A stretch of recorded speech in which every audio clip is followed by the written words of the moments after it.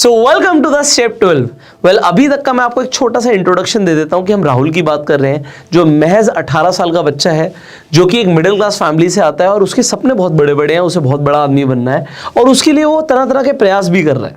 पर अब हम राहुल की बात कर रहे हैं कि जैसे ही राहुल लाइफ में कुछ आगे करना चाहेगा, कुछ अलग करना चाहेगा, तो उसे क्या क्या चैलेंजेस फेस करने पड़ेंगे। आज इस एपिसोड में हम बात करने वाले हैं ऐसे लोगों की जो राहुल के आसपास हैं, राहुल के खुद के माँ बाप, राहुल के रिश्तेदार, राहुल के दोस्त, राहुल के आसपास का जो सर्कल है वो उसे बहुत इन्फ्लुएंस करता है। अब होता क्या है, जब हम पॉजिटिव और नेगेटिव माइंडसेट के बारे में समझने की कोशिश कर रहे हैं, कुछ चीज़ें आपको समझनी पड़ेंगी। हम बात कर रहे हैं उन लोगों की जो पॉजिटिव है और जो नेगेटिव है। सबसे पहले मैं नेगेटिव लोगों की बात करूंगा, क्योंकि राहुल को, आपको क्या लगता है कौन से लोग ज़्यादा मिलेंगे? आप कहोगे नेगेटिव ही ज़्यादा मिलेंगे, क्योंकि हम लोगों को भी नेगेटिव लोग ज़्यादा मिलते हैं। नेगेटिव कौन होता है? नेगेटिव बेसिकली वो आदमी होते हैं, अगर आप कुछ भी करना चाहोगे तो वो साफ बोलेंगे आपके मुंह पे कि भाई तेरे से नहीं होगा। एग्जाम्पल के लिए राहुल की बात करते हैं। राहुल जिम में जाता है, आज वो सोचता है कि यार मैं डेडलिफ्ट मारूंगा और वो नया नया है, तो मान लेते हैं उसने 120 किलो लगा रखा है वेट। अब वहां पर कोई आदमी नेगेटिव है और साफ बोलता है भाई तेरे से नहीं होगा, तेरे बस की नहीं है, और राहुल हार मान लेता, बात खत्म हो गई। अगर राहुल कोशिश भी करता तो क्या होता? आप कहोगे कि यार अगर वो नया है तो शायद वो 120 किलो से डेडलिफ्ट नहीं लगा पाएगा। एग्जाम्पल है ये। इसी तरीके से कोई भी अलग काम अगर किसी को करना है, मान लीजिए कोई बिजनेस करना चाहता है, तो सबसे पहले आसपास के लोग क्या बोलेंगे? भाई तेरे से नहीं होगा। तो नेगेटिव लोग हमारे आसपास होते ही। अगर हम कुछ भी नया करना चाहते हैं, कुछ भी अलग करना चाहते हैं, तो साफ एक ही चीज आएगी कि ये नहीं हो सकता।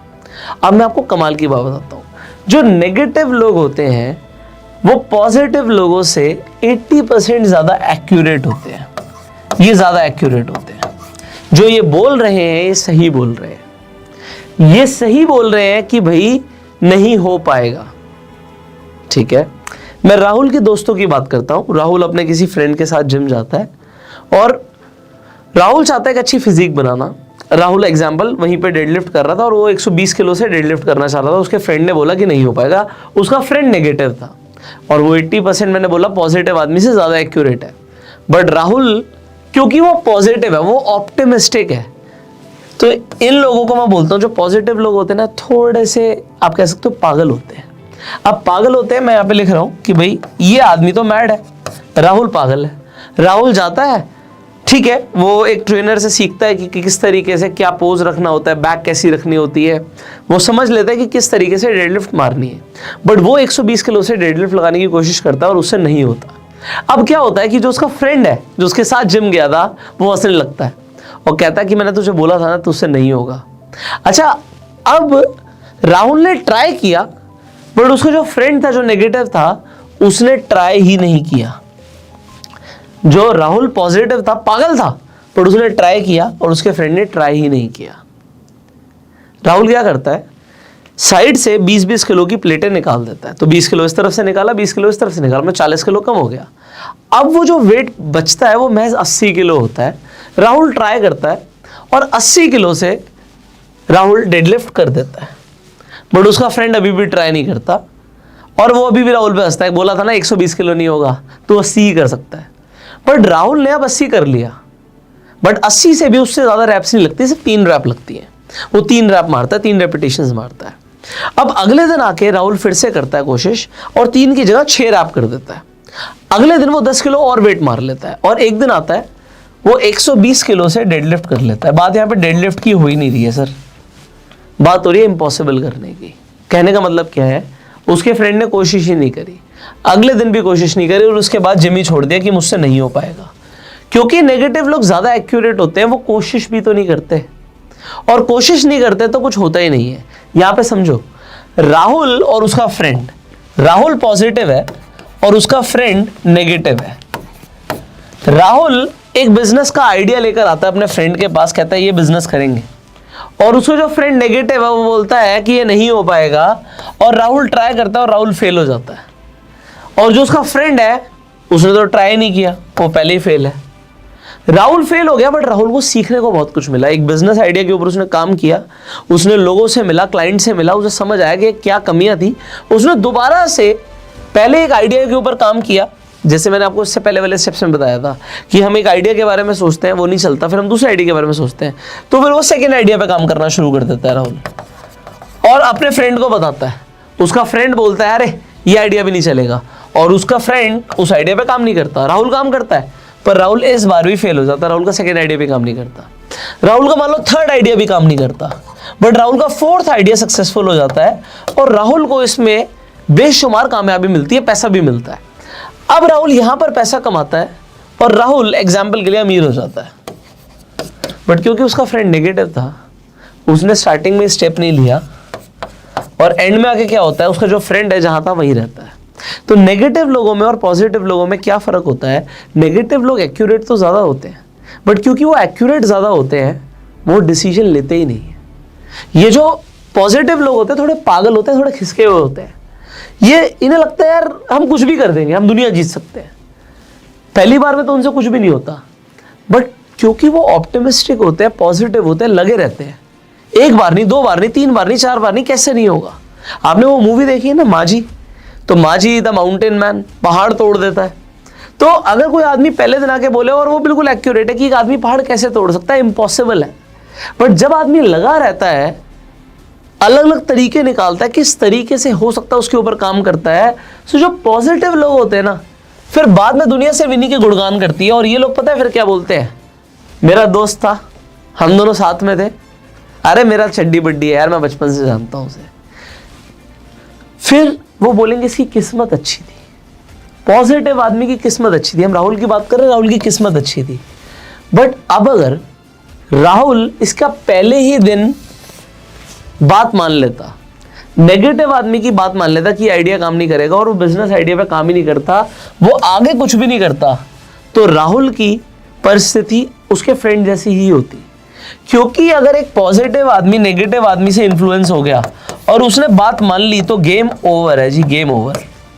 बिल्कुल इसी तरीके से आगे होने वाला है। जब आप किसी चीज के लिए अपने माँ बाप को बताओगे, आपके माँ बाप ना आपको हमेशा प्रोटेक्ट करना चाहते हैं, उन्होंने बचपन से ही तो किया है।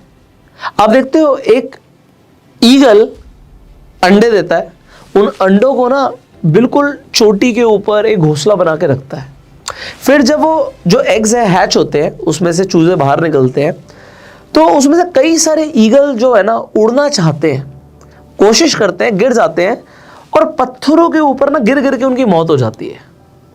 बट इसका मतलब ये है कि कोई भी ईगल उड़ता नहीं है, कुछ तो होते हैं ना जो पंख फैलाते हैं और उड़ते हैं। ऐसा होगा ही होगा कि आप कुछ करोगे और आपको फेलियर मिलेगा। यहां पे वो ईगल के प्रोटेक्ट नहीं करना चाहता, प्रोटेक्ट करना चाहता है, पर उस ईगल के अंदर और हमारे माँ बाप में एक फर्क होता है। वो ईगल जानती है कि अगर वो जो उसके बच्चे हैं जो हैच हुए हैं, अंडे से चूजा निकला, अगर वो उड़े नहीं तो उन्हें आके कोई स्नो लेपर्ड खा जाएगा, कोई वाइल्ड कैट खा जाएगी, उड़ना तो पड़ेगा। अगर जिंदा रहना तो उड़ना सीखना पड़ेगा। पर हमारे जो माँ बाप है ना वो अलग है। हमारे माँ बाप हमारी ना पूरी लाइफ भी रिस्पॉन्सिबिलिटी लेने के लिए रेडी रहते हैं। वो चाहते हैं कि हम उड़े, पर बिल्कुल ऐसे एनवायरनमेंट में कि हमें चोट ना लगे, हमारा कोई नुकसान ना हो। वो इस एनवायरनमेंट में चाहते हैं कि हम ग्रो हो, बट ऐसा होता नहीं है। अगर आपको लाइफ में ग्रो करना ना तो ठोकर तो लगेगी। आपको बादाम खाने से अकल आनी होती तो बचपन से माँ आपकी बादाम दे रही। लाइफ में आप बिजनेस करते हो, ठोकर लगती है, जब ठोकर लगती है तो अकल आती है। कहने का मतलब यहाँ पर यह है कि आपके सबसे पहले जो माँ बाप है ना, वो भी कहीं ना कहीं नेगेटिव अप्रोच अपनाते हैं। वो एक्यूरेट होते हैं, वो आपका भला चाहते हैं, आपको प्रोटेक्ट करना चाहते हैं, पर वो भी नई चीज़ों के लिए ना ज़्यादा ओपन नहीं है। देखो बचपन से उन्होंने आपको क्या सिखाया है। बचपन से हमारे माँ बाप हमें सिखाते हैं कि अजनबियों से बात मत करो, अजनबियों से दूर रहो। बिल्कुल सही है, किसी से कुछ लेना मत, किसी से बात मत करना। पर जब हम बड़े होते हैं ना, तब हमें समझ आता है कि यार हमें जो भी चाहिए वो अजनबियों के पास है। पर हमारे माँ बाप ने ना हमें कभी अजनबियों से बात नहीं करने दी, तो हमें स्ट्रेंजर से बात नहीं करनी आती, हमें बड़ी हिचक होती है। हम कैसे बात करेंगे? अगर आपको जॉब चाहिए तो आपको किसी अजनबी से बात करनी है। कोई लड़की पसंद आती है तो वो भी अजनबी होती है, उससे बात करनी नहीं आती है हमें। अगर हमें अपना प्रोडक्ट किसी क्लाइंट को बेचना है तो वो भी अजनबी है। अगर आप किसी कंपनी के लिए सेल्स का काम कर रहे हो, आप क्लाइंट से जाके मिल रहे हो, क्लाइंट्स भी अजनबी हैं। आपका खुद का बिजनेस है, उसके लिए भी आपको क्लाइंट्स लेकर आने हैं, वो भी अजनबी हैं। और पैसा आपको अजनबियों से लेना है, तो अगर आपको स्ट्रेंजर से पैसा लेना और स्ट्रेंजर से हमने कभी बात ही नहीं करनी सीखी, तो कहीं ना कहीं ये प्रोटेक्शन ना हमें हमारे माँ बाप ने दी।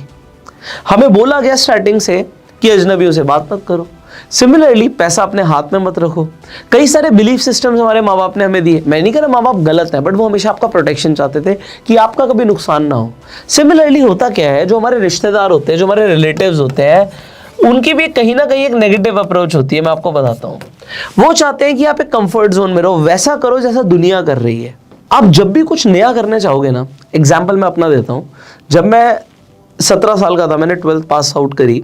मैंने अपने माँ बाप को बताया और उन्हें कैसे भी करके कन्विंस किया कि मैं अपना इंस्टीट्यूट खोलना चाहता हूँ। जब मैंने अपने रिलेटिव्स को बताया ना, तो उन्होंने जान लगा दी भाई मुझे एग्जाम्पल्स देने में, कि उसने भी किया था और वो नहीं कर पाया, उसने भी किया था वो नहीं कर पाया, तो वो कर जो दुनिया कर रही है। देखो, अगर आप सक्सेसफुल लोगों को देखोगे तो वो बहुत लिमिटेड होते हैं, और अगर आप मासेस को देखोगे तो मासेस सक्सेसफुल नहीं होते। तो सक्सेस ना कुछ इस तरीके से होती है, एक माउंटेन होता है ना, तो माउंटेन के टॉप में सक्सेसफुल लोग हैं, बट ये बहुत लिमिटेड है, और माउंटेन के बेस में दुनिया है, यहां पर सब है।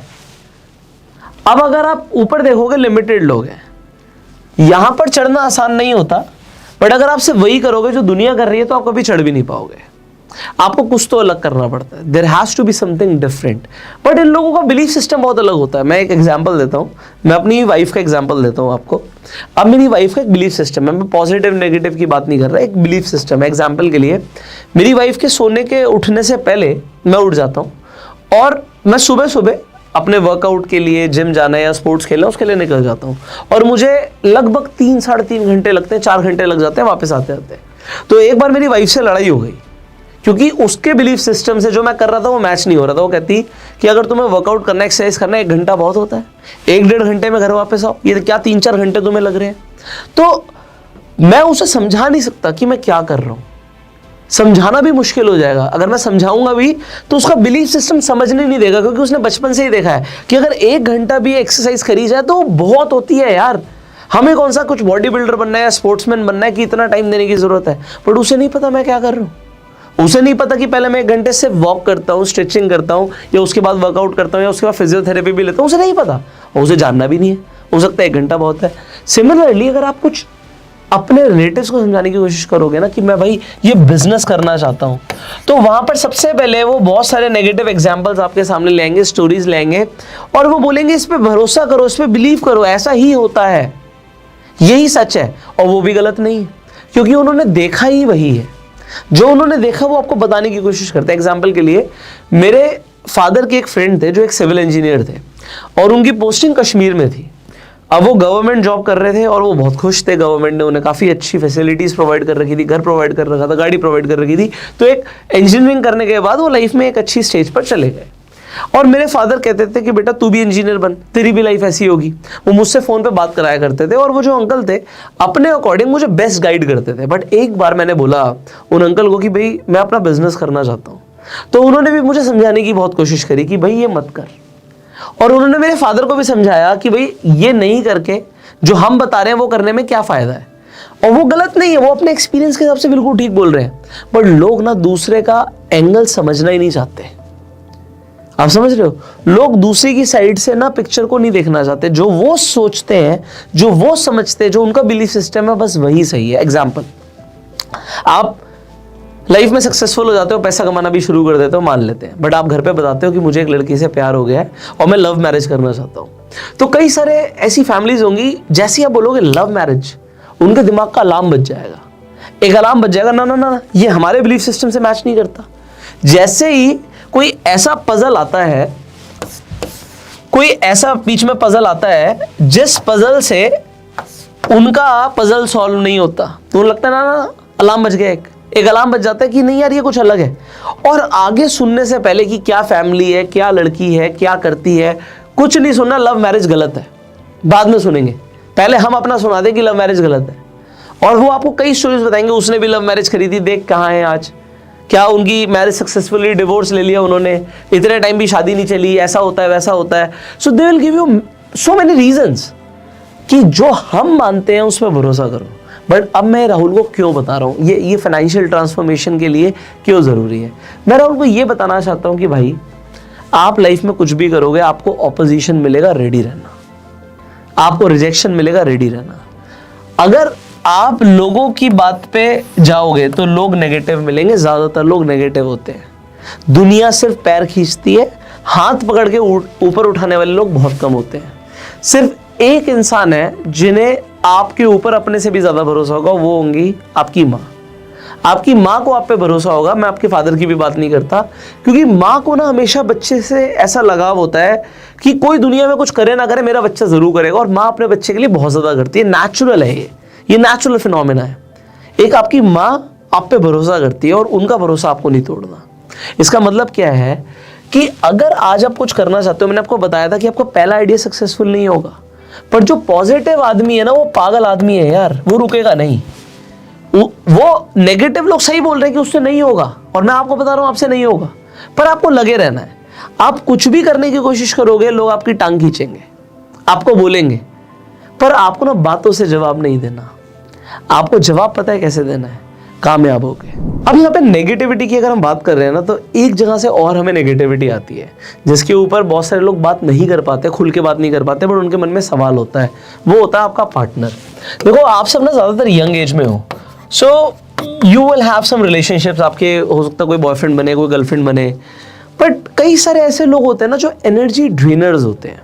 मतलब आप उनके साथ रहोगे जब तक आपके अंदर एक अट्रैक्शन है, ठीक है, उसके बाद आपको मन करेगा यार यू गो। आपको ऐसा फील अगर हो रहा है कि आपका दिन खराब हो गया किसी के साथ रह के, तो वो आपकी एनर्जी ड्रेन कर गया इंसान। और ऐसा कोई भी हो सकता है, ऐसा आपका पार्टनर हो सकता है। इनफैक्ट मैं अब इसके अंदर ऊपर हम थोड़ी सी एक और बात कर लेते हैं। मान लीजिए आप शादीशुदा हैं और जो आपका एग्जिस्टिंग पार्टनर है वो आपके साथ मतलब अलाइन नहीं करते उनके थॉट्स, या फिर वो भी एनर्जी ड्रेनर हो सकते हैं। Then what? अब इसके ऊपर आपको थोड़ी सी पर्सनल काउंसलिंग लेनी पड़ेगी, उसके लिए ये सेशन नहीं है। बट पॉइंट यहाँ पर ये है कि नेगेटिव तो भाई कोई भी हो सकता है, नेगेटिव आपका पार्टनर भी हो सकता है। अब अगर आप यंग एज में हैं, आपका कोई बॉयफ्रेंड है, कोई गर्लफ्रेंड है, वो आपके एनर्जी ड्रेनर्स हैं, सर बिलीव करना, आप मानो ना मानो, ये वाली नेगेटिविटी से आपको दूर जाना ही पड़ेगा। इसका मतलब है अवॉइड। अगर आपको लगता है कभी कोई लड़की है, मैं उसके साथ रहता हूँ, ठीक है, एक अट्रैक्शन है, पर यार मुझे ऐसा फील होता है कि दिन खराब हो गया और ये बहुत एनर्जी खराब करती है, तो आपको फील हो जाएगा कौन से ऐसे लोग हैं जो आपकी एनर्जी ही ड्रेन कर देते हैं और आप किसी काम के नहीं रहते। आपको ऐसा फिर कुछ करने का मन नहीं करता, फिर कुछ काम करने का मन नहीं करता, आपको लगता है यार प्रोडक्टिविटी बहुत हैम्पर हो रही है। तो आप एक ऐसी एज में हो कि यहाँ पर ना आपकी लाइफ दांव पे लगी हुई है भाई, ठीक है। आप इस एज में अपनी ज़िंदगी बना रहे हो और कुछ ऐसे रिश्ते हो सकते हैं, कुछ ऐसा टाइम पीरियड हो सकता है जिसमें आप अपनी लाइफ को ना डायमेंशन ही दूसरी दे दो और आप अपना ज़िंदगी का ना काफ़ी सुनहरा टाइम ख़राब कर लो। तो आई होप आपको मेरी बात समझ आ रही होगी कि अगर आपकी लाइफ में कुछ एनर्जी ड्रेनर्स है, चाहे वो आपके पार्टनर ही क्यों ना हो, आपको वहाँ पर उस डिस्टेंस को मेंटेन करना बहुत ज़रूरी है। और अगर शादीशुदा आप हो गए, then you need counselling, a little bit of counselling.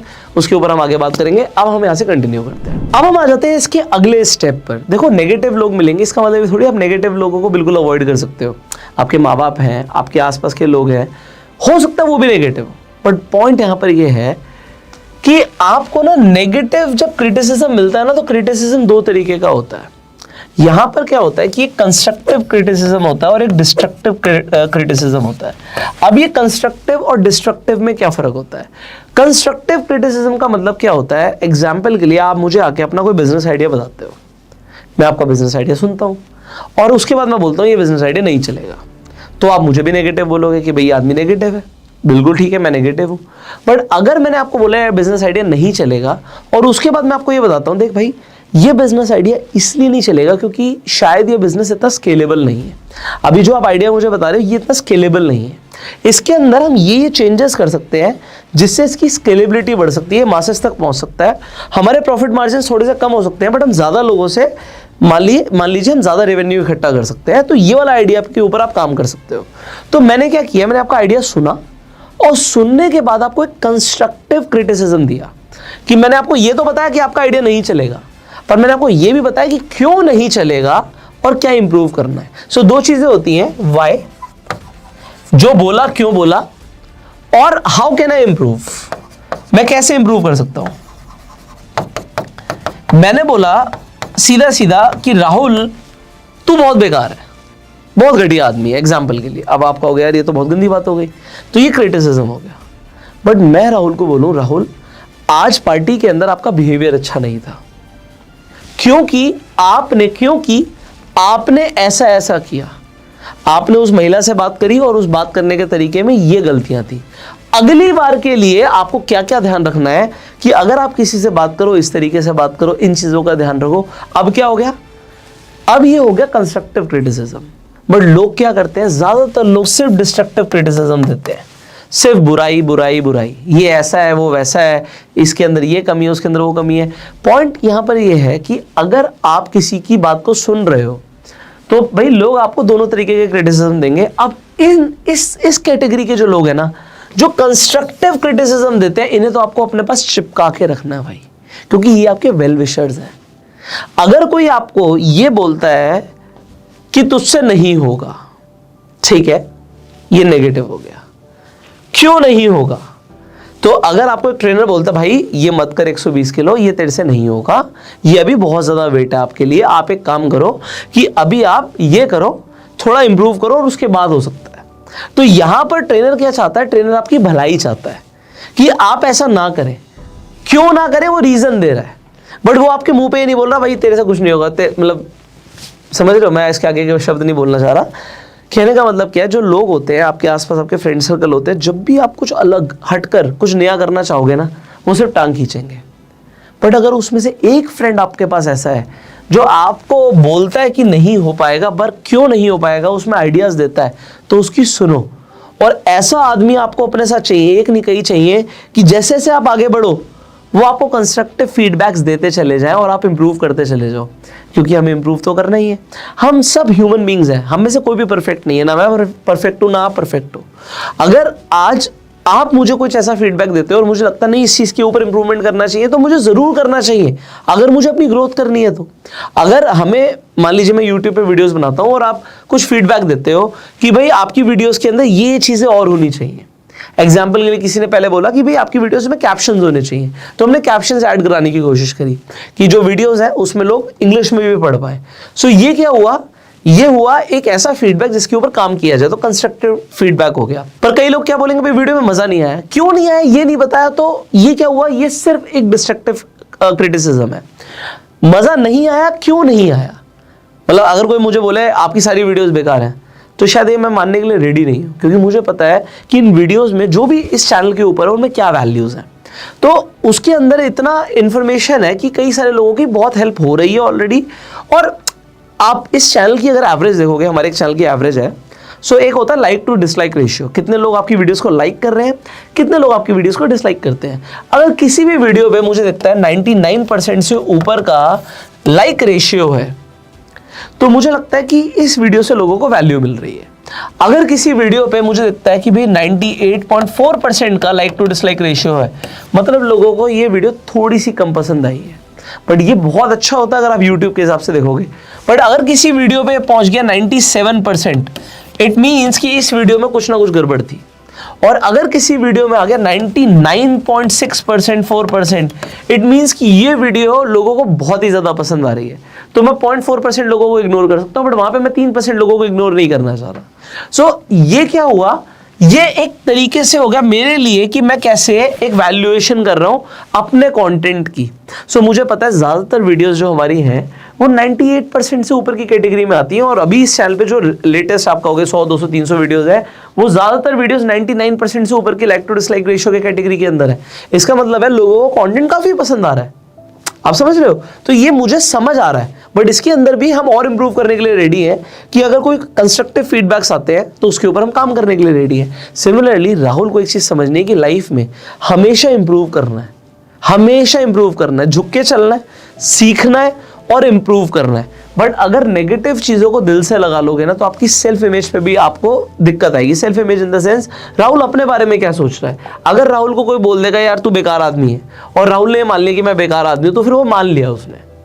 Improve कर भाई, क्यों ऐसा क्यों है। नेक्स्ट वीडियो में हम इस क्यों के ऊपर बात करने वाले हैं कि किन किन चीजों को हम चैलेंज करेंगे। जब हम चैलेंज करेंगे तो हम अपने आप को और ज्यादा स्मार्ट बना सकते हैं। सो वो चैलेंजिंग करना क्यों जरूरी है। देखो अब ये चीज़ें यहाँ पर क्यों डिस्कस हो रही है? क्योंकि अभी आप कहोगे यार फाइनेंस की बात है तो सीधा आ जाओ म्यूचुअल फंड पे, SIP पे, स्टॉक मार्केट पे, इन्वेस्टमेंट पे। ये सब बात की बातें हैं यार, ये तो दुनिया बात करी, हम बहुत बार बात कर चुके हैं। ये तो फाइनेंशियल प्लानिंग की चीज़ें हैं। मैं अभी बात कर रहा हूँ राहुल को इंसान बनाने की। राहुल को अगर एक्चुअल में बहुत अमीर बनना है तो उसका फाउंडेशन बहुत स्ट्रांग होना चाहिए। हमें बुर्ज खलीफा तैयार करना है भाई, तो पहले हम फाउंडेशन स्ट्रांग करेंगे कि अगर उसके बिलीफ सिस्टम स्ट्रांग होंगे, उसके मॉरल स्ट्रांग होंगे, राहुल की पर्सनालिटी स्ट्रांग होगी, राहुल का एक रिच माइंडसेट होगा, तो पैसे को वो अट्रैक्ट करेगा। और फिर फाइनेंशियल प्लानिंग के जो लेसन हैं वो तो इस सीरीज में मिलने ही है आपको, वो आपके बहुत काम आएंगे। पर उससे पहले आप पैसे को अट्रैक्ट तो करो, ऐसे आदमी तो बनो। क्योंकि अभी बचपन से हमारे बिलीफ सिस्टम्स काफ़ी हिले पड़े हैं भाई। और फिर ये नेगेटिव लोग तो छोड़ते ही नहीं है कुछ भी, ये तो मिलते ही हैं हमें, और ये ज़्यादा एक्यूरेट भी होते हैं। फिर ये लोगों का मजाक भी उड़ाते हैं और इंसान सोचता है यार मेरे से कुछ नहीं हो पाएगा, और फिर वो भी इन्हीं की कैटेगरी में आ जाता है और फिर वो लोगों की भी टांग खींचना शुरू कर देता है। एक एक्सपेरिमेंट हुआ था, अगर आपको इस एक्सपेरिमेंट के बारे में पता हो तो क्या हुआ कि एक पिंजरे के अंदर ना कई सारे बंदरों को रखा गया और वहाँ पर एक सीढ़ी लगाई गई और उसके ऊपर केले रख दिए गए। तो वहाँ पर क्या था कि बंदर जैसे ही उस सीढ़ी पे चढ़ता केले लेने के जाने के लिए, केले उठाने के लिए, तो उसके ऊपर पानी डाल दिया जाता। अब फिर कोई बंदर ट्राई कर रहा, उसके ऊपर पानी डाल दिया, फिर कोई बंदर ट्राई कर रहा, उसके ऊपर पानी डाल दिया। तो हुआ क्या, बंदरों ने ट्राई करना छोड़ दिया। अब क्या हुआ, उस पिंजरे के अंदर एक नए बंदर को डाला गया। उस बंदर ने केले देखे, वो सीढ़ी पे चढ़ने लगा।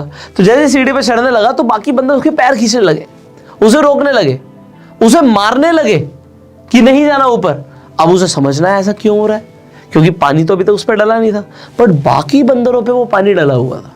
तो बाकी बंदरों ने एक्सपीरियंस कर लिया कि नहीं चढ़ना। अब वो उस बंदर को समझ आ गया कि मुझे ऊपर नहीं चढ़ना। अब एक और बंदर को डाला गया।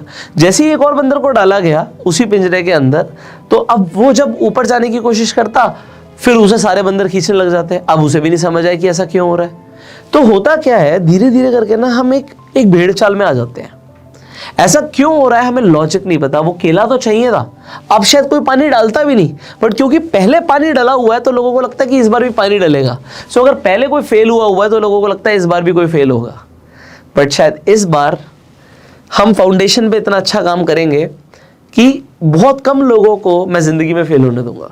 हाँ, हो सकता है एक बार, दो बार, तीन बार आप फेल हो, और हमने बोला था कि आपको जल्दी फेल होना है क्योंकि हमें जल्दी सक्सेसफुल बनना है। फेल तो आप होगे, बट कामयाब भी उतनी स्पीड में बनोगे।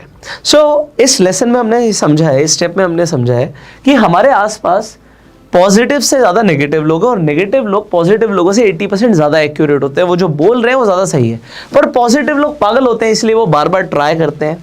आपके आसपास हो सकता है आपके घर परिवार के लोग आपको नेगेटिव लोग मिले, पर अगर आपने इनकी बात सुनी और आप भी नेगेटिव हो गए तो कभी भी सक्सेस नहीं मिलेगी। You will never reach here. But अगर आप करते रहोगे, आप हार नहीं मानोगे, तो एक दिन आएगा कि आप इन सबको रॉन्ग प्रूव कर दोगे। बट वो उसके लिए बहुत टाइम लगता है। फाइनली हमने रिलेटिव्स की बात करी थी। हमने बताया था कि सक्सेसफुल लोग जो होते हैं वो बहुत कम होते हैं, लिमिटेड होते हैं, क्योंकि वो नहीं करते जो दुनिया कर रही है। पर अगर आपको सक्सेसफुल होना है तो आपको वो करना पड़ेगा जो सक्सेसफुल लोग कर रहे हैं। उन्हें देखो, उनसे सीखो। एंड फाइनली हमने बात करी थी कंस्ट्रक्टिव और डिस्ट्रक्टिव फीडबैक्स की। आपके आसपास जो लोग आपको कंस्ट्रक्टिव फीडबैक्स देते हैं उन्हें अपने साथ रखो, उन्हें चिपका के रखो, क्योंकि वो लोग आपके वेल विशर्स हैं, आपकी कामयाबी चाहते हैं। और जो लोग सिर्फ डिस्ट्रक्टिव फीडबैक्स दे रहे हैं, इग्नोर करो, आगे बढ़ो। लाइफ में आगे बढ़ना जरूरी है। So you can share this video to spread the awareness. अपना प्यार देने के लाइक कर सकते हैं। मैंने बोला अगली वीडियो में हम कुछ स्पेशल टॉपिक के ऊपर बात करने वाले हैं। एंड ये एक काफ़ी लंबी सीरीज़ है, 40 दिन की सीरीज़ है, तो काफ़ी कुछ सीखने को मिलेगा। बट अभी फाउंडेशन स्ट्रांग हो रही है। अगले 2 और ऐसे एपिसोड्स होने वाले हैं जिसके अंदर आपकी फाउंडेशन को और आपकी रियलिटी को और आपके बिलीफ सिस्टम को मैं काफ़ी हद तक बदलने की कोशिश करूँगा, एक रिच माइंडसेट देने की कोशिश करूँगा। और अगर वो कोशिश सक्सेसफुल रही तो काफ़ी सारे ऐसे लोग होंगे जो लाइफ में एक रिच माइंडसेट के साथ आगे बढ़ने वाले हैं। So I wish you all the very best. अगर आपके कुछ सवाल आप कमेंट्स में पूछ सकते हैं, अपना कंस्ट्रक्टिव फीडबैक आप कमेंट्स में दे सकते हैं। I will see in the next video. Till that time, you go self made and जय हिंद।